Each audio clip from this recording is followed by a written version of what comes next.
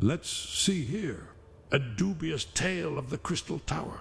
This story was first told to me when I was a neonate, newly studying in the Crystal Tower of Somerset.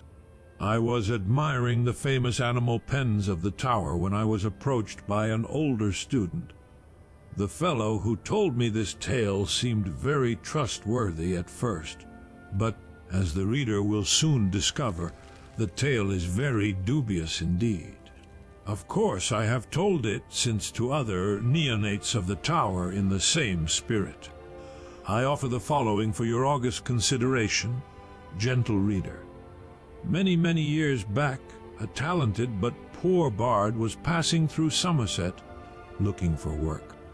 He could sing, he could dance, he could act, but no one had any use for his performances. The poor bard was lugubrious, but he still visited the taverns and palaces, day after day, begging for a chance to showcase his talents.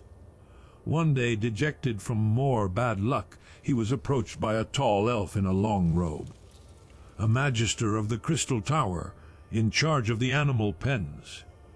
The elf tells the bard of the white ape they made a cell for at the tower, how it had died en route. There was a royal party from First Hold visiting who had been promised a glimpse at the rare white ape. The magister had a costume for the bard if he would deign to act out the part of the ape for the visitors. The bard had promised himself to take the first part that came his way, no matter how minor, so he agreed. The elf promised that the charade would last no longer than a fortnight when the visitors left. For the first several days of the masquerade, the bard did nothing more than sit in the back of the pen. He was afraid to move and show the possible imperfections of the ape costume. In time, he became bored and began walking around. He suddenly noticed that the royal party was watching, fascinated. Happy that the ruse was working, he decided to enliven the act. Soon he had both a performance and a crowd.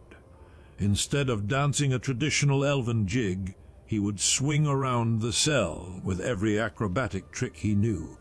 Instead of singing a ballad, he would roar a roar he imagined a rare white ape might roar. The crowd loved it. The party outside his cell grew larger and larger every day. One day he was performing for the crowd, his finest work to date. He swung himself round and round, roaring and bleating. His hand slipped, and he went flying through the bar and into the cell next door, where a snow wolf was in residence. Hackling its back and growling, the snow wolf began to inch toward the bard. Seeing no other way out, the bard screamed, "Help! Help!" The snow wolf whispered, "Shut up, or you'll get us all fired."